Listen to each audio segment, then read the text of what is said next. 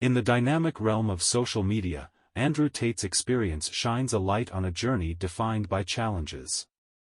Andrew Tate predicted in this old interview the next life the Matrix will take from him. He says in this interview before jail, "You have 3 lives. First they ban you. They shut you up. The only thing I will say I don't like about being banned is that you get 3 lives when you attack powerful people. They first ban you and try and shut you up. Second they put you in jail. This is exactly what happened. Secondly, they'll put you in jail for something you didn't do. And third, they will kill you. And thirdly, they'll kill you. Right now, you've been banned off many social medias. You haven't done a podcast in a while.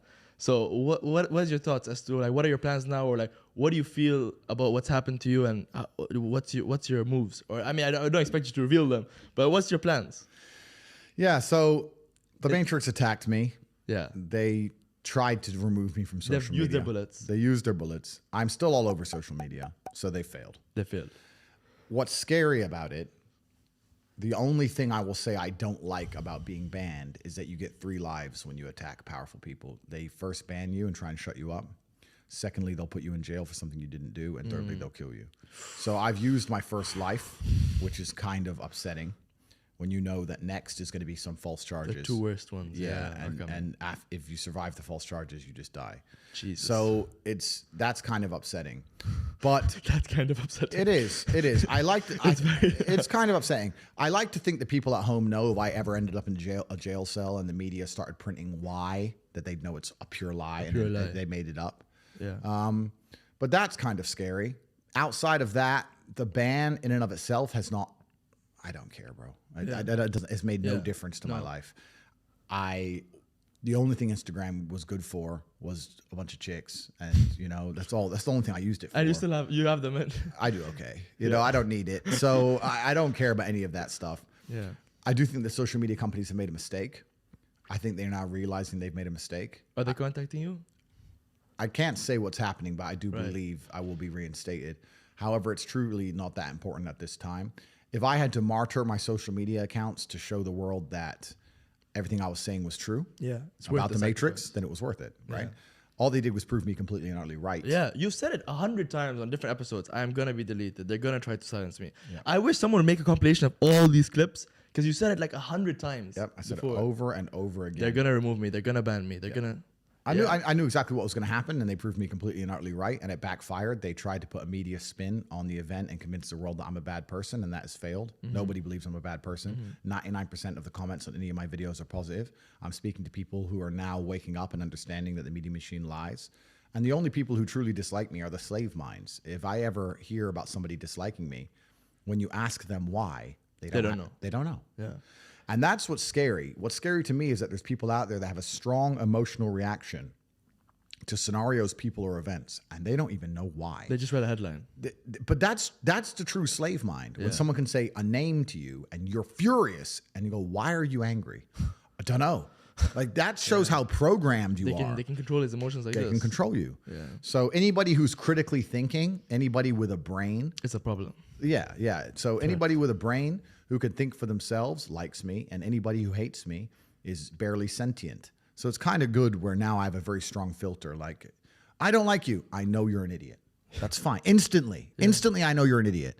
Oh, bro, I love your work. A person who thinks. So it's kind of convenient. It's kind of convenient to instantly filter, you know, my life. But I must have been approached by 100,000 people as I walked the street, and I've never had anybody say anything negative to me on the street, ever. Male, female, old, young, never. Everybody, including women, love me. They all say you're saying the truth. You're doing such important work. I've never had anything. I've seen a video, A video came out of this woman. She was like, whatever you want to say about Andrew, you can say it.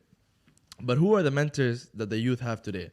Or is it the rappers that are all on drugs and all like overdosing, which is very tragic? But which mentors do the youth have today that they can look forward to that says, you know what, it's not cool to do drugs. It's not cool to just party. It's cool to work and to sacrifice and to put your goals as number one and actually like, you know what I mean? Like grind towards something, have goals and chase them. But that's done on purpose. Yeah. The mentors, the idols, the icons that they purport to the youth via the Matrix are degenerate.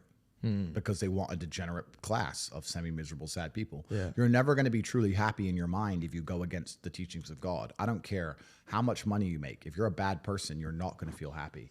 I don't care how much money you make. If you snake people or lie to people or do bad to people, you're never going to feel happy true deep in your heart. True in your heart, we're intrinsically designed to do right and do good. And that's something that God gave us. And when you have that, you understand that that's more important than anything else. So these people who are up here promoting degeneracy, saying, take Percocets and bang girls and drink vodka and you're going to be, going to be great. I drink. I'm not saying I don't drink, but that's not my message, right? Yeah. And those people are never truly happy, and they're trying to purport that and convince people to do the same so that the whole populace is never truly happy. And like I said, now we go in circles. We've already discussed why they don't want us to be happy. Exactly, So that's why. Do you think the drinking is like an escape of sorts, or? I love alcohol, right? I drink, right? So I'm a drinker, but it's not my message. I don't sit here on a podcast and say, everyone drink.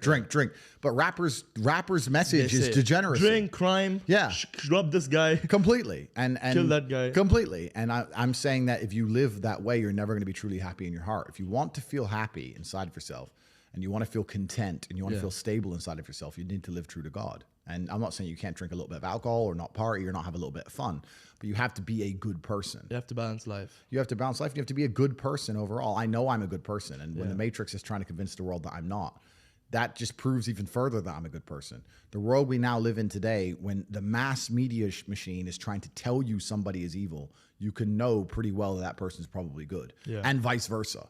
Like, there's a reason they are trying so hard to convince people to ignore their own ears. People listen to my message and go, that's a positive message. And the media machine's going, no, it's not positive. He's bad. They're trying to brainwash you. Yeah. No, honestly, you're right. I'd like to ask you, like, right now, in this moment, are you happy? Is this like the happiest moment you've been in your life?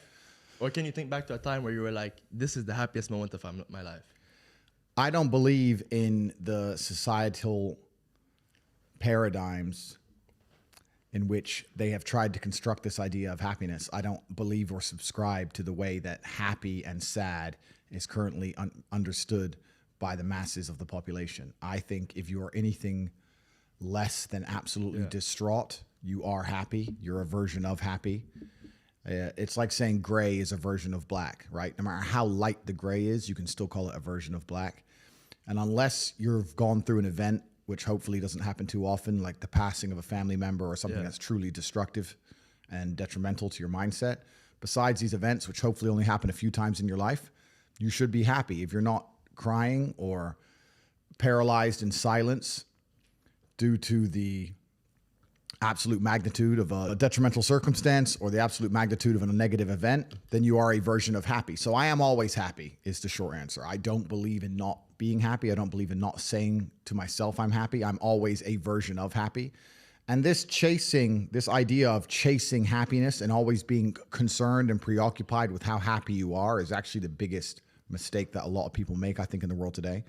Especially men who wake up and go, oh, I don't really feel happy, so I need to get happier. And that's how they end up down a hedonistic path of drugs or alcohol or gambling, chasing pleasure.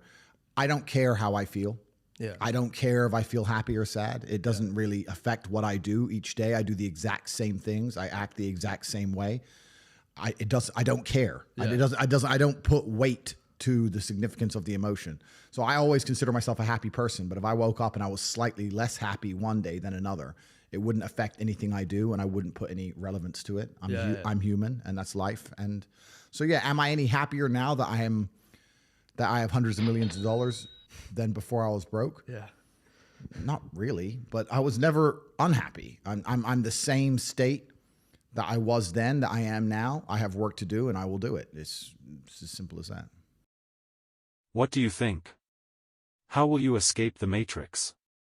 Please click on the subscribe button and see you soon again.